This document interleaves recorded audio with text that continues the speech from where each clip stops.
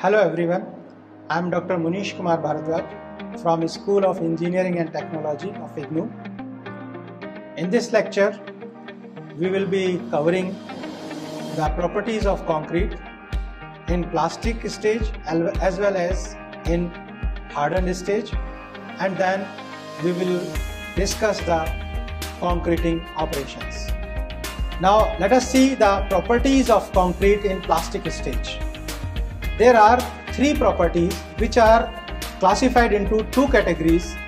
One category is desirable properties. In desirable properties, the property is workability of concrete. Second category is undesirable properties. In undesirable properties, there are two properties basically: segregation in concrete and bleeding of concrete. So undesirable, why we are calling them undesirable? Because if these properties are there in the concrete, then this will create problem basically, and it will make the concrete weak. So we don't want them in the concrete. So these should not be present there, or they should be at a minimum level. So that way we are calling them as undesirable properties. Now let us see the desirable property, workability of concrete. Workability of concrete can be defined as the ease with which the concrete can be placed in the forms and can be compacted. It can also be defined as the amount of internal useful work required to fully compact the concrete to optimum density in the mold. That how much energy we will require to place and compact the concrete in the mold, that is the measure of that energy, is the workability basically. Let us see what are the factors on which workability of concrete depends. So the factors are, first is water content, that how much water we are adding to make the concrete. More water means the more workability. Second factor is shape, size and grading of aggregate. There are different shapes of the aggregates, and these aggregates are available in round shape, in angular shape, in flaky shape, elongated shape. These are the different shapes basically. Size also, small size, large size. Grading also, well graded, poorly graded, gap graded.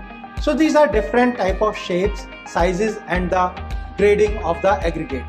Type of this grading, size and shape will affect the workability of the concrete. Then next factor is ratio of coarse and the fine aggregate. That how much coarse and the fine aggregates are taken to make the concrete. This ratio also affects the workability of the concrete. Then use of admixtures.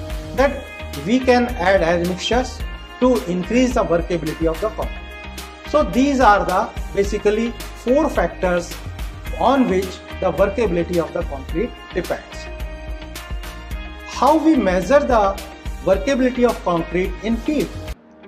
So we can measure the workability of the concrete in the field by using the slump test. So this is the very easy or simple test that we can use in the field. There are other tests also which we use in the laboratory that we will discuss in our next lectures. Second category properties are the undesirable properties. Out of this, the first property is segregation. Segregation means the separation of cement paste from the mix. Means you know that in the concrete mix, cement paste is there and the aggregates are there. So here, when the cement paste is separated from the aggregates, this is called segregation. And this is an undesirable property which makes the concrete weak basically. So we don't want that segregation should be there. Segregation can be avoided by various methods. First is proper grading. Second is proper proportioning of the materials. Third is use of optimum quantity of water. Fourth is optimum compaction. Fifth is proper handling of the concrete. Then next is transporting, that how we are transporting it, that also will make a difference basically. And finally placing, compacting and finishing. These all will affect the segregation. Whether segregation will be there or will not be there, that will depend basically on these factors. Next property is bleeding. What is bleeding? The appearance of water on the surface of the concrete after compaction is called as bleeding. Sometimes what we see basically, that water along with some amount of cement paste comes at the surface of the concrete. So this is called bleeding. Bleeding indicates the presence of excess water in concrete or deficiency of fine material or too much finishing. These are the three things basically which indicates that the bleeding may occur. Now bleeding, what does it do? Bleeding disturbs the uniformity of the surface and makes it dusty, porous and weak. That when this water along with some amount of cement paste reaching at the surface after drying, actually this doesn't consolidate basically, it remains in the loose powder form and it makes the surface dusty. The concrete becomes porous also, and when the concrete is porous, it means it will make the concrete weak basically. So these are the problems with the bleeding. It is very harmful to the concrete because it reduces the strength of the concrete. So that way this property is undesirable property, that this should not be there. How we can reduce the bleeding? There are different options. That first of all, we should use the proper mix. Means proportions of the different ingredients should be in a proper amount. Then second is optimum water cement ratio. That water cement ratio should be optimum. We should not use much water for preparation of the concrete. Then we can reduce the bleeding by using the richer mixes. Richer mixes means more amount of cement. Then another method is that we can add the air entraining agents. That these air entraining agents will help us to prepare concrete by using less amount of water. Then another way is that we have to use the more fine sand. So if we are doing all these things, we can reduce the bleeding in the concrete. Now properties of the concrete in hardened stage. What are the properties in hardened stage? First is strength of the concrete. Second is durability of the concrete. Third is impermeability of concrete. And fourth is dimensional changes. What are these? Let us see one by one. First is strength of concrete. The ability of concrete to bear the load is called its strength. And strength of concrete depends upon following factors. What are these? Water cement ratio, quality of cement, degree of compaction, then curing, that for how long time the curing is done. Then we will see that what are different types of strength of concrete that we take into account when we are designing any structure and constructing any structure. The different type of strength of the concrete which are considered are: first is compressive strength, second is tensile strength, third is bond strength, then fourth is shear strength. So these are the four type of strength. Second property in hardened stage is durability. What is durability basically? The durability of concrete is its resistance to disintegration under the forces of environment, such as weathering. That what is the effect of weathering on the concrete? Second is chemical attack, because in environment there are many gases and chemicals basically. So when these gases are dissolved in the water or combined with moisture, then they form sometimes that acids and other chemicals. These chemicals may attack the concrete, but our concrete should be durable. It should not be affected by these chemical attacks basically. So then we call it as a durable. Then fire, that our concrete should be fire resistant up to a certain degree, means in case of fire it should be durable. Then dense and strong concrete has better durability in extreme weather conditions. That how we can ensure the durability, that if we use the dense and the strong concrete, then we can ensure that our concrete is durable under the extreme weather conditions. Then the durability of concrete depends upon basically quality of materials used first, and the second is optimum water cement ratio. Next property in hardened stage is impermeability. That we want that concrete should be impermeable. Impermeable means the resistance provided by the concrete to the flow of water through it. That water should not flow through it. There should not be connected voids so that water can flow through the concrete. Because what will happen basically, that if water can penetrate through this, it can damage the concrete. So that way the concrete should be impermeable. Excess water during the manufacturing of the concrete causes the permeability of concrete. Because if you are using the excess water, so after drying, what will happen? It will leave the voids in the concrete basically, and it will make the concrete permeable. Then impermeability is important especially for exposed surfaces and the water retaining structures. So these are the two conditions where we have to be very cautious about the impermeability of the concrete. Means the exposed surfaces, means the exterior, just like exterior walls basically. And second is the liquid retaining structures, because if the liquid retaining structure is permeable, then there will be leakage through that structure. So that way this property we have to take care of. This impermeability of concrete we can improve by using low water cement ratio first, then dense and well graded aggregate if we use, then we will get the impermeable concrete. Then the compaction of concrete should be full basically, that it should be fully compacted basically. Then curing should be for a sufficient time so that the concrete gains its strength fully. Then we can also cover the surfaces by special gasoline proof members and the plastic films to improve the impermeability of the concrete. Next property in hardened stage of the concrete is dimensional changes. What is the meaning of dimensional changes? That when concrete hardens and dries, then there is a possibility that there is a shrinkage, or due to the effect of water there may be expansion. So the shrinkage as well as the expansion, this will make the dimensional changes in the concrete.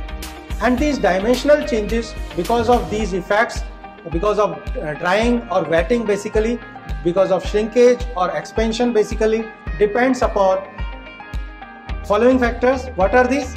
First is elasticity, second is shrinkage, third is creep, and fourth is thermal expansion.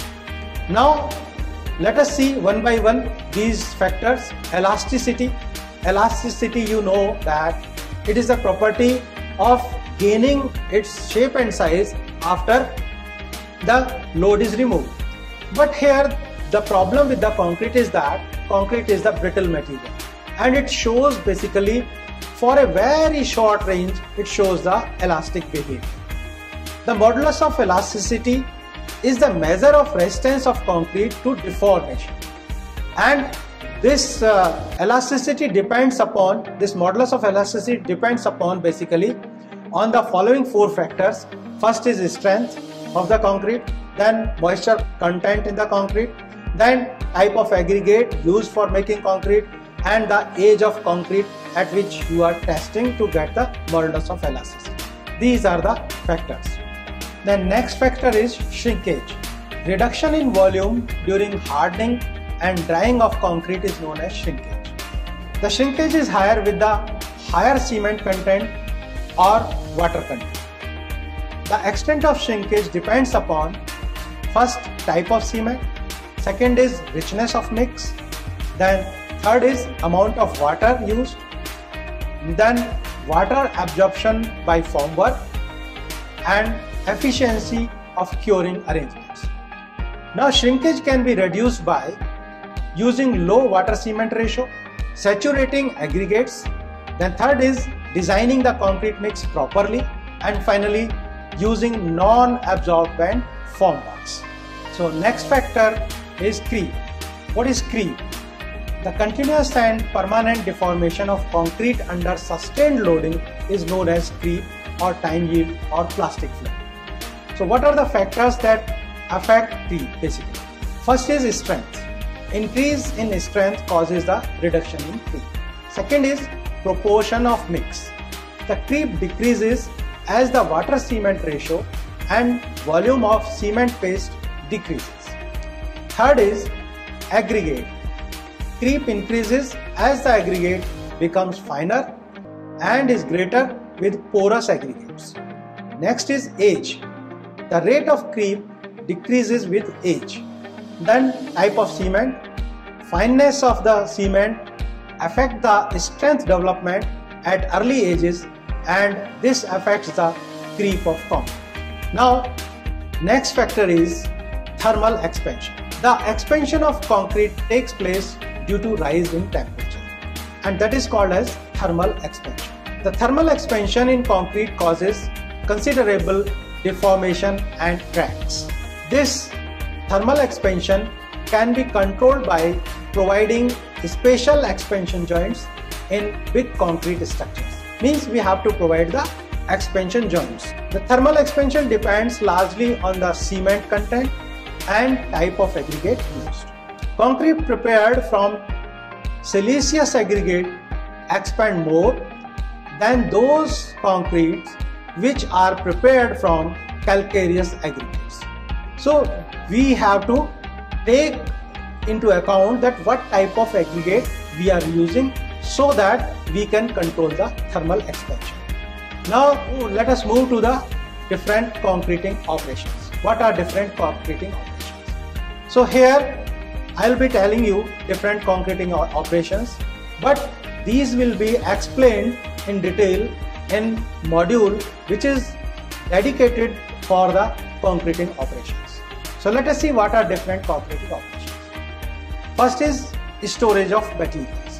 That we have procured the materials, then for preparing the concrete we have to store the materials at some place safely and in a proper manner. Second is proportioning and batching. That how we have to proportion different ingredients and how we will do the batching. Batching means basically the measurements. Then mixing of the ingredients. Then we have mixed means prepared the concrete, then transportation of concrete. Now the concrete has reached at the site, now placing the concrete in the formworks. Then after placing the concrete in the formworks, next step is compacting. We have to compact properly so that there are no air voids. Then after compacting, we have to finish basically. Means we have to give a proper smooth surface to the concrete. And after doing all these operations, the very much important operation is curing of concrete. Now let us briefly see these, what are the different operations. First is storage. What precautions we should take for storing the different materials basically. Let us take first the cement. Cement may absorb moisture from the atmosphere and may become useless for the structural work if not properly stored. Means we have to store the cement in a proper manner. If it absorbs moisture, then it will become useless. Then if moisture exceeds 5%, the cement becomes useless. Next is it is advisable to avoid storing of cement in jute bags for a period longer than 3 months, because in jute bags there is a possibility of absorption of the moisture. The loose cement may be stored indefinitely in airtight containers. Means if you are using the airtight containers, then you can store the loose cement for indefinite period. There will be no effect on the properties of the concrete. The cement bags are stacked in piles, and for economical way we have to stack the bags in a pile of 10 bags. The distance between the piles of the cement bags and exterior walls of the building should be minimum 30 centimeters. And also the distance between the two piles of the cement bag should be about 90 centimeters. So it is about the storage of the cement. Now aggregates. What precautions we should take for storage of aggregates? Size and grading should not be disturbed. But we should take the proper care that the different size of aggregates are stacked or stored at different places, and also their grading should also not be disturbed. Aggregate does not get mixed with the deleterious impurities, because if the dust and other soil materials are mixed with the aggregate, then it will have a bad effect on the property of the or the quality of the concrete. Now next factor is batching. What do you mean by batching? Batching is measurement of the materials for making concrete. How we do the batching? There are two methods of batching: volume batching and the weigh batching. In volume batching, what we do, we measure the ingredients by their volume, means in liters. Aggregates are measured by containers of volume of 35 liters. We make some wooden boxes which is measuring actually the capacity of the box is 35 liters. So aggregate is measured by these containers. Volume batching is preferred for minor works and where the quantity is very less.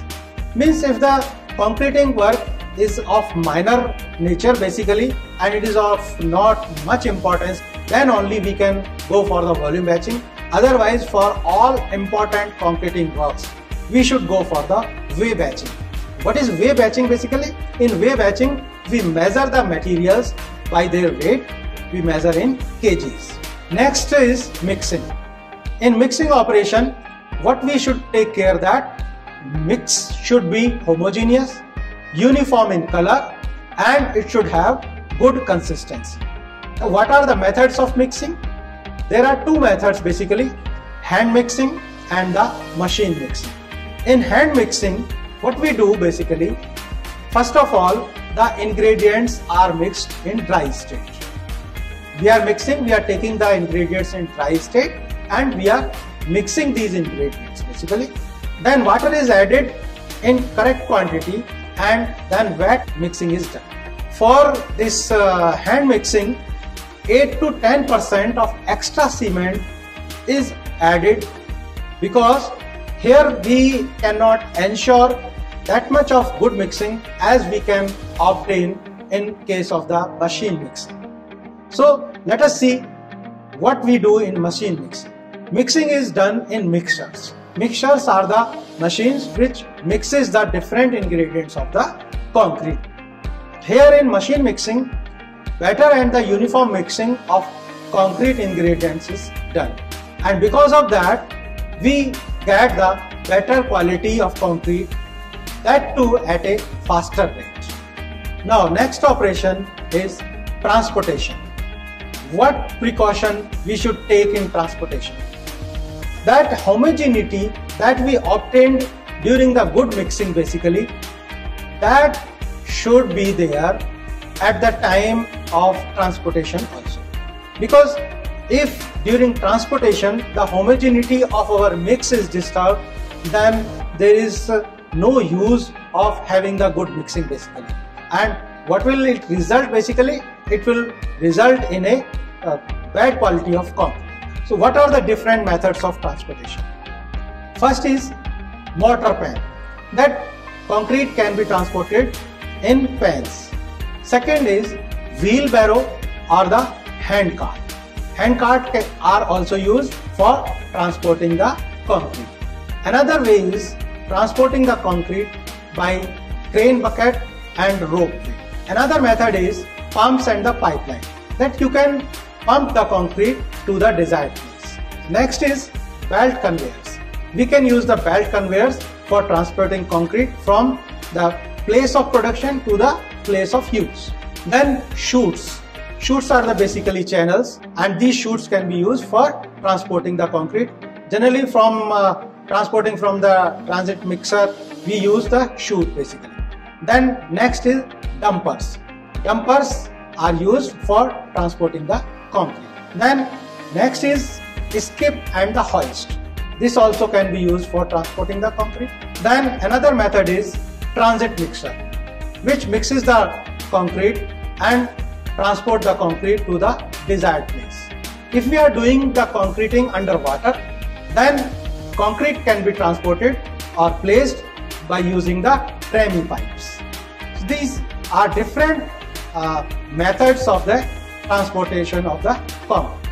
Then next operation is placing. That how to place the concrete and what precautions we should take in placing. Concrete must be placed in a systematic manner to yield optimum results, and it should not be thrown from a very great height, because if we are throwing or placing the concrete from a great height, then the major problem that may come into the picture is basically the segregation of the concrete. So to avoid that, we should not drop the concrete from a great height. Now let us see how we place in different conditions this concrete. Placing of concrete within earth mold. Example, foundation concrete for a wall or the column. Means this concrete is being placed in the earth mold. We are not using any wooden mold or steel mold. Directly in the earth mold, we are using the concrete here. An example is that for the foundation of the wall or the column. Second is placing the concrete within large earth mold or timber plank formwork. Example is when we are constructing road slab or airfield slab. Then placing concrete in layers within timber or the steel shutters. When we are using the timber or the steel shutter formwork, then here we are using the placing the concrete. And example is mass concreting dam construction or construction of concrete abutment or piers. Then placing concrete within usual formwork, which is generally we use basically in almost all structures. Placement of concrete for columns, beams and the floors. Now next operation is compaction. What is compaction? Compaction is process adopted for expelling the entrapped air from the concrete. 5% voids reduce the strength of concrete by about 30%. And if voids percentage is 10%, then it reduces the strength of concrete by 50%. So this is the importance of the concrete, that even the 5% of voids may reduce the strength by 30%. So that way we should compact the concrete properly in a proper manner. What are the different methods of compaction which are available? First is hand compaction. We are doing the compaction by hand. Then compaction by vibration. Then compaction by pressure and jolting. Then another method available is compaction by spinning. Let us see one by one. First is hand compaction. In hand compaction, we use rods. That method is called rodding. Another method is ramming. Another one is tamping. So these are the three ways. Then compaction by vibration. In vibration we are used the vibrators. There are different type of vibrators. First is internal vibrator or the needle vibrator. These are used for compacting concrete in columns, beams, slabs and the footings. External vibrators are also used for compaction of concrete. They are also called as a formwork vibrator. They are used in columns and the thin sections. Next is table vibrator, means the compaction for the testing of the cubes is done by the table vibrator. Then for precast units, we are using the platform vibrators. Another type of vibrator is surface vibrator or the screed vibrator, that is used for concreting in roads and the industrial flooring. Now another method is compaction by pressure and jolting. This is used for construction of concrete blocks or concrete tiles. Another method is compaction by spinning, and this method is used for constructing the cement pipes basically. So these were the methods of compaction. Next operation is finishing. Finishing is basically the operation of attaining a concrete surface of desired texture and pattern.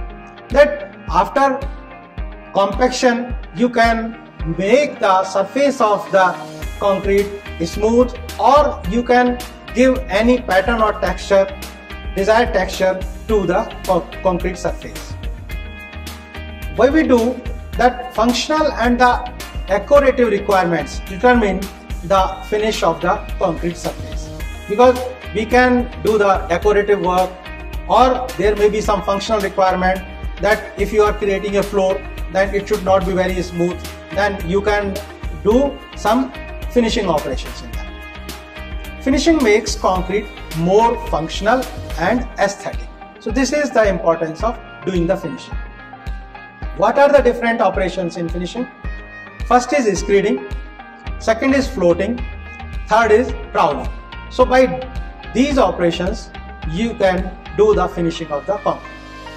And texture of the surface concrete, you can make the desired texture, you can give the desired texture to the concrete surface by doing these operations. Now the floating, you can see the floating operation, the screeding operation and the troweling operations, how they are done, these are shown here basically. Now next operation, and you can say the final operation, is curing of concrete. That after placing, compacting, doing finishing, basically it is not the end of the concreting work basically. To achieve or to attain the strength, concrete requires curing. Curing is basically the process of keeping the surface of the concrete moist for a certain period after compaction to ensure complete hydration of cement. Hydration of cement means basically it is a chemical reaction that cement reacts with water, and this process takes time. So up to that stage we have to make the concrete surface wet so that the full hydration of cement occurs basically. That is the importance of curing. Curing improves the properties of concrete such as water tightness, wear resistance, strength of the concrete, volume stability of the concrete and durability of the concrete. Approximately 3 gallons of water. 1 gallon is, British gallon is roughly around 4.5 liters basically. So here approximately 3 gallons of water is required to hydrate 1 bag of cement. If loss of water due to evaporation is more, hydration process will stop and concrete will shrink, thus creating tensile stresses at the drying surface. Means there may be cracks in that surface basically. What are the different methods for curing?